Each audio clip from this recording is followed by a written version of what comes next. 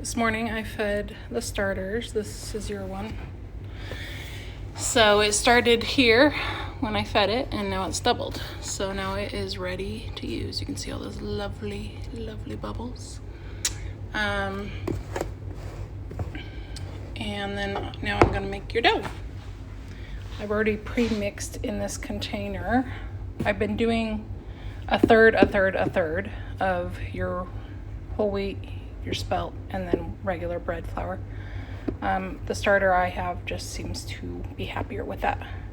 As you continue to make sourdough, you can increase the quantity of spelt and whole wheat ratio, and then eliminate the bread flour if you want altogether. Anyway, I'm going to now measure out water, starter, salt, and make a slurry in the bowl. Okay, now that my starter is ready, I can start making my loaf. I use about 130 grams of starter, roughly. You can do a little more, a little less, somewhere usually between 100 and 140. I just kind of eyeball it.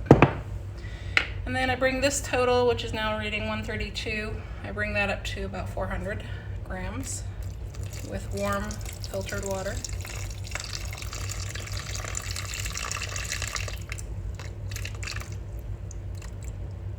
And as you make more loaves, you'll kind of be like, oh yeah, I can eyeball this, or you get the feel for how things are meant to feel. So that starter is lovely, floaty, happy. And now I'm gonna add 12 grams of salt. Again, you can adjust the salt to your family's taste. 12 just seems to be a good number for this size loaf. Okay.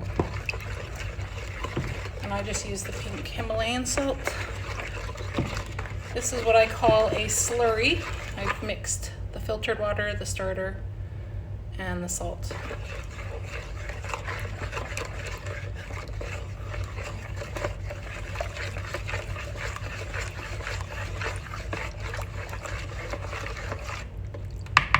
Once it's lovely and milky like this. So now I'm sitting at about 416 grams. I'm gonna add 500 grams of the mixed flours. So we're gonna take that up to about 915.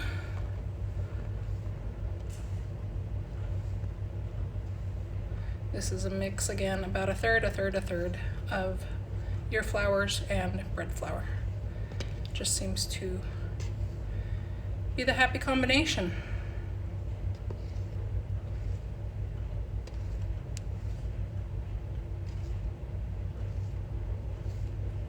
Okay, I'm at 910, so that's 500 grams of flour I just added. And I'm just gonna mix that until there's no more dry bits. And then I'm going to cover it and let it rest for 45 minutes, and then I'll show you the next step. Cover it with either a damp tea towel or I use a shower cap. The dough can seem a little dry, so I just mix it until any sticky or damp parts absorb all of the flour that's in there. I just sort of knead it for 2 minutes or so till it comes together.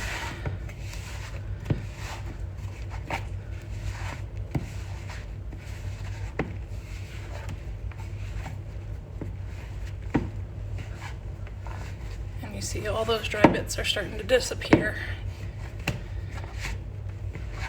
into the dough. Now, I'm gonna cover that and set a timer and check on it in 45 minutes for its first stretch and fold.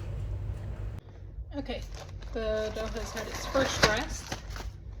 I put it on a hottie to help things move along sometimes if it's cold today. Get a spatula, a firm spoon, anything you have, even water in your hand. And just work your way under the dough till it lifts off the bowl. And now you're gonna start doing your stretch and folds. So I'm just pulling it back over onto itself. It will break because we are starting to build the gluten. There is no gluten structure yet. So we'll do about that 6 times. Get it back into a little lump and cover it again for another 45 minutes. You will do about 4 to 5 stretch and folds. You can space them out 30 minutes, 45 minutes, whatever works for your schedule or your time or whatever you remember. Okay, so I'm on about my 4th stretch and fold. And I'm just gonna bring the dough away from the side of the bowl. And I'm gonna do another stretch and fold. You can see the elasticity is building in it. That means you're getting a nice gluten structure. You're getting dough strength. When your dough is nice and stretchy and warm, that's usually a really good thing. So I think I'll let it do another 30-minute rest, covered, and then I'll do one more nice stretch and fold, and then it will go for a long rise. That long bulk rise will be about 3 hours. Just depends how long it takes for it to double in size. Get nice and bubbly in here. It'll look jiggly. There'll be fermentation bubbles on it. It will not look like this in 3.5 hours. Okay, this is the final stretch and fold. You can see we're getting really fluffy. Wetting your hand just helps the dough not stick to you. And you're gonna see how much elasticity this last stretch and fold has. Look at that, whoa. So make these folds and stretches really count.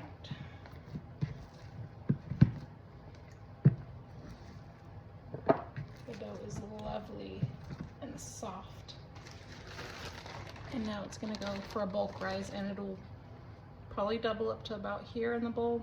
It'll fill it all out and it'll be bubbly and jiggly and delightful. Okay, once your dough has doubled in size, it can take anywhere from 3 to 5 hours. See how it's all jiggly? And you'll see bubbles every now and then. There was one there, it popped a minute ago. That is when you know you're ready to shape it. So gently scrape it out of the bowl onto a clean bench top.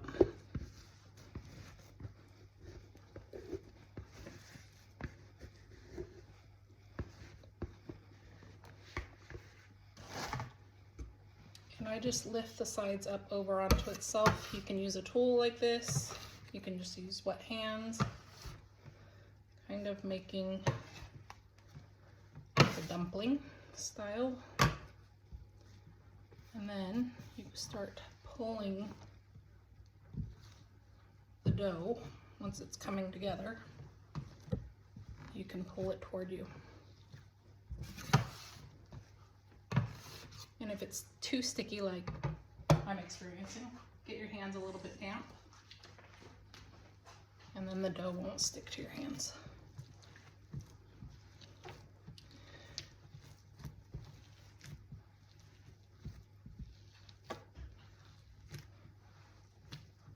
Once you get it into a nice ball shape, put it in your banneton, which is lined with rice flour or any gluten-free flour.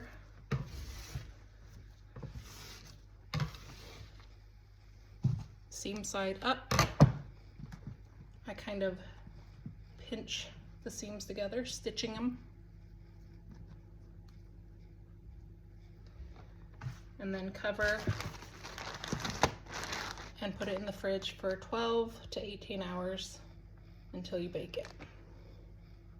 Okay, it is the next day and our dough has had a good sleep in the fridge for about 16 hours or more.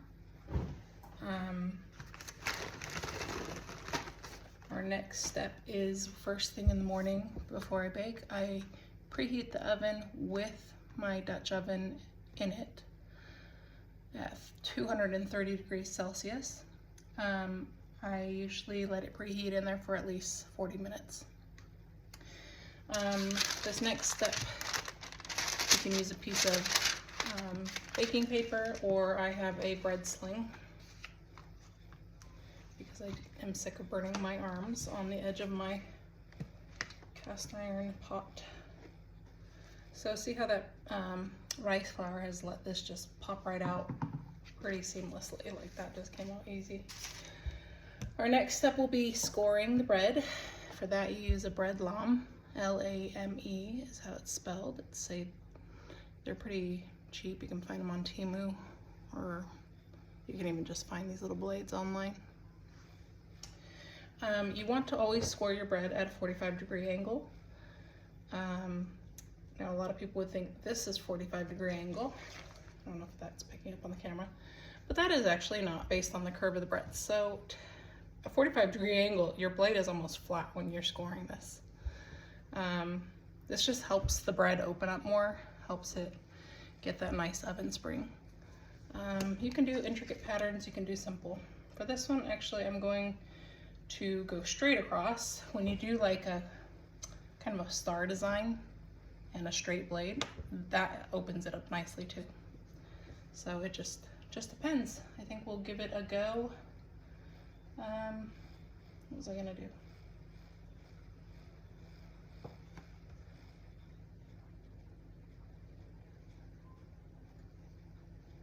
And you want to score it about 1/2 inch deep or 1/4 inch. And then your little like ferns or whatever little intricate designs, those are just very shallow cuts. We don't want to cut through with those very deep,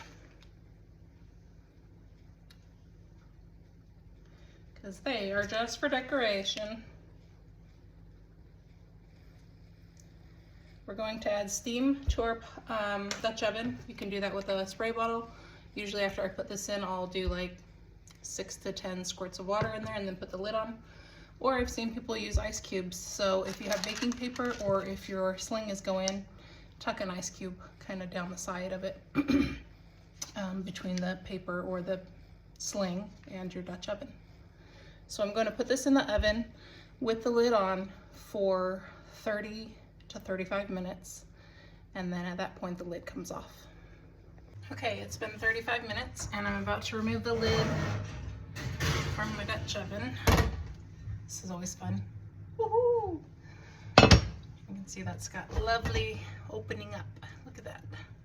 That's gonna go back in for another 10 or so minutes until I like the color and it reaches 205 inside.